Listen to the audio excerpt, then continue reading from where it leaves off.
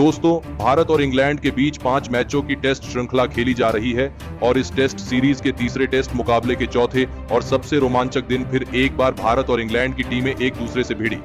इस रोंगटे खड़े कर देने वाले महामुकाबले में भारतीय टीम ने अपने तीसरे दिन के 196 रनों पर 2 विकेट के स्कोर से आगे खेलना शुरू कर दिया। जहां पर शुभमन गिल 65 बनाकर न बाद बल्लेबाजी कर रहे थे, तो वही कुलदीप यादव भी उनके साथ मैदान में मौजूद थे। और इस चौथे दिन भारतीय टीम ने शुरुआत से ही इंग्लैंड की गेंदबाजी पर दबाव बनाना शुरू कर दिया और विस्फोटक के अंदाज से इस चौथे दिन की शुरुआत करी। शुभमन गिल तो बेहतरीन फॉर्म में दिख ही रहे थे, लेकिन कुलदीप यादव भी बतौर नाइट वॉचमैन बल्लेबाजी के लिए आने के बाद भी रन बनाने से नहीं चुक रहे थे। दोनों की इस गजब की बल्लेबाजी ने इंग्लैंड की पूरी गेंदबाजी को दबाव में डाल दिया था। खास करके कुलदीप यादव की बल्लेबाजी सभी को चुभ रही थी। शुभमन गिल और कुलदीप यादव ने मिलकर 50 रनों की साझेदारी बना ली थी। अब बेहतरीन फॉर्म में चल रहे शुभमन गिल अपने शतक की तरफ आगे बढ़ रहे थे और वह केवल 9 रनों से अपने शतक से दूर थे। लेकिन उसी वक्त एक गलत रन लेने के चक्कर में शुभमन गिल रन आउट हो गए। शुभमन गिल 151 गेंदों में 91 रनों की पारी खेलकर आउट हो गए। शुभमन गिल का इस तरह आउट होना बहुत ही ज्यादा दर्दनाक था, लेकिन ऐसा नहीं हुआ। लेकिन अब विकेट गिरने के बाद इस टेस्ट मुकाबले के तीसरे दिन शतक लगाने वाले यशस्वी जायसवाल जो चोटिल हो चुके थे, वह वापस मैदान में बल्लेबाजी के लिए उतरे। लेकिन यशस्वी जायसवाल के मैदान में बल्लेबाजी के लिए आने की तुरंत ही बाद दूसरे छोर पर सेट हो चुके कुलदीप यादव को रेहान अहमद ने जो रूट के हाथों कैच आउट कर दिया। कुलदीप यादव 91 गेंद में 27 रनों की महत्वपूर्ण पारी खेलकर आउट हो गए। भारतीय टीम ने एक के बाद एक अपने 2 सेट बल्लेबाजों को खो दिया था, लेकिन इसके बावजूद इंग्लैंड की गेंदबाजी दबाव में थी, क्योंकि अब सरफराज खान बल्लेबाजी करने मैदान में उतरे थे और फिर शतकवीर यशस्वी जायसवाल और बेहतरीन फॉर्म में चल रहे सरफराज खान ने यहां से भारतीय पारी का मोर्चा संभाला और ऐसी विध्वंसक बल्लेबाजी करना शुरू कर दिया जिसने इंग्लैंड के कप्तान के तक होश उड़ा दिए।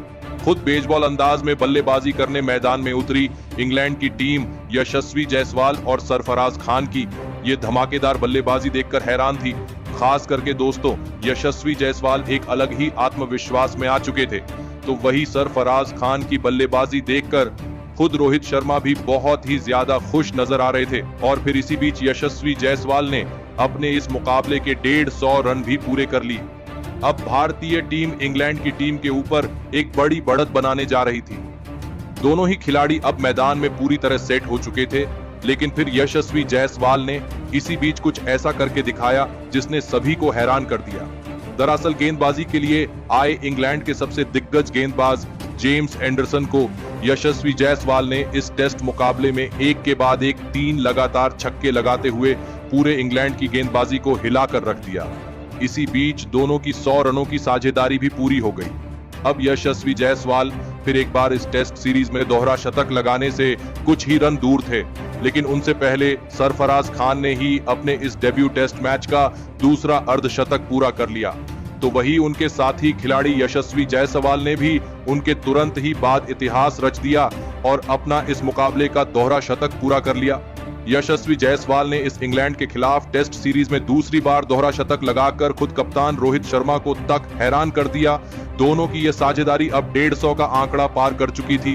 भारतीय टीम की बढ़त 556 रनों की हो चुकी थी और तभी कप्तान रोहित शर्मा ने अपने दोनों ही सेट खिलाड़ियों को वापस बुलाया और भारतीय टीम ने यहीं पर अपनी यह दूसरी पारी डिक्लेयर कर दी और इसी के साथ भारतीय टीम ने इंग्लैंड की टीम को जीत के लिए 557 रनों का एक सबसे बड़ा लक्ष्य दिया। उसके बाद भारतीय टीम से मिले 500 रनों के विशाल लक्ष्य का पीछा करने इंग्लैंड के 2 बेहतरीन फॉर्म में चल रहे ओपनर बल्लेबाज मैदान में उतरे। जैक क्रोली और गजब के फॉर्म में चल रहे बेन डकैट के कंधों पर इतने बड़े लक्ष्य का पीछा करते हुए अपनी टीम को एक शानदार ओपनिंग शुरुआत दिलाने की बहुत ही बड़ी जिम्मेदारी थी। लेकिन इस बार इंग्लैंड की ओपनिंग जोड़ी ज्यादा कोई बड़ा कमाल नहीं कर पाई और एक गलत रन लेने के चक्कर में बेन डकैट को मोहम्मद सिराज ने रन आउट कर दिया। बेन डकैट 15 गेंदों में सिर्फ 4 रन बनाकर आउट हो गए। बेन डकैट के जल्दी आउट हो जाने के बाद अब इंग्लैंड की टीम की तरफ से ओली पॉप बल्लेबाजी करने मैदान में उतरे, लेकिन तभी इंग्लैंड के दूसरे ओपनर बल्लेबाज जैक क्रॉली को जसप्रीत बुमराह ने एलपीडब्ल्यू आउट कर दिया।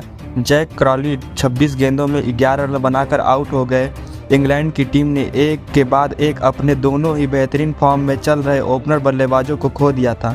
लेकिन अब विकेट गिरने के बाद जो रूट बल्लेबाजी करने मैदान में उतरे, लेकिन तभी कप्तान रोहित शर्मा ने जडेजा को गेंद थमाई और जडेजा ने आते ही ओली पॉप को कप्तान रोहित शर्मा के हाथों में कैच आउट करके पूरा मुकाबला ही बदल दिया। बेहतरीन फॉर्म में चल रहे ओली पॉप 14 गेंदों में 3 रन बनाकर आउट हो गए।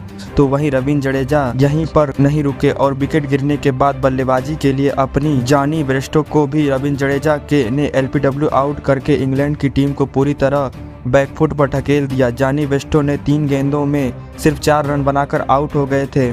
557 जैसे बड़े लक्ष्य का पीछा करते हुए इंग्लैंड की टीम केवल 28 रनों के भीतर ही अपने 4 बल्लेबाजों को खो दिया था। अब कप्तान बेन स्टोक मैदान में उतरे थे और यहां से इंग्लैंड के कप्तान बने बेन स्टोक और जो रूट ने इंग्लैंड की पारी को संभालने की पूरी कोशिश की, लेकिन भारतीय गेंदबाज जिस तरह का प्रदर्शन कर रहे थे उनके सामने टिकना लगभग इंग्लैंड के बल्लेबाजों के लिए नामुमकिन लग रहा था। फिर गेंदबाजी के लिए आए रवींद्र जडेजा ने जे रूट को एलपीडब्ल्यू आउट कर दिया। जो रूट 40 गेंदों में सिर्फ 7 रन बनाकर आउट हो गए। भारतीय टीम की गेंदबाजी के आगे इंग्लैंड की पूरी बल्लेबाजी लड़खड़ा चुकी थी। इंग्लैंड की बल्लेबाजी से किसी को भी इस तरह के प्रदर्शन की उम्मीद नहीं थी। जब विकेट गिरने के बाद बेन फ्लेक्स बल्लेबाजी करने मैदान में उतरे, लेकिन तभी कप्तान बेन स्टोक को कुलदीप यादव ने एलपीडब्ल्यू आउट कर दिया। बेन स्टोक 39 गेंदों में 15 रन बनाकर आउट हो गए थे। तो वहीं उनके तुरंत बाद ही कुलदीप यादव ने नए बल्लेबाज रेहान अहमद को भी मोहम्मद सिराज के हाथों कैच आउट करवा के टीम इंडिया को 7वां बड़ा झटका दे दिया। रेहान अहमद बिना खाता खोले ही आउट हो गए।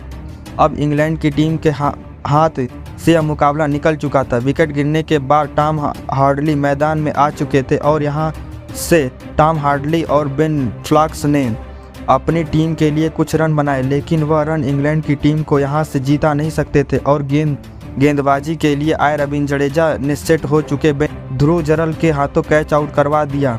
बेन फ्लॉक्स 39 गेंदों में 16 रन बनाकर आउट हो गए। बेन फ्लॉक्स के आउट हो जाने के बाद अब इंग्लैंड की टीम की तरफ से मार्क वुड मैदान में उतरे थे। भारतीय टीम के पास इस चौथे ही दिन यह मुकाबला जीतने का बढ़िया मौका था और ऐसे ही भारतीय गेंदबाजी करने दिख रही थी और सेट हो चुके टॉम हार्डली को भी रविचंद्रन अश्विन ने क्लीन बोल्ड करके भारतीय टीम को एक और बड़ी सफलता दिलाई। टॉम हार्डली 36 गेंदों में 16 रन बनाकर आउट हो गए।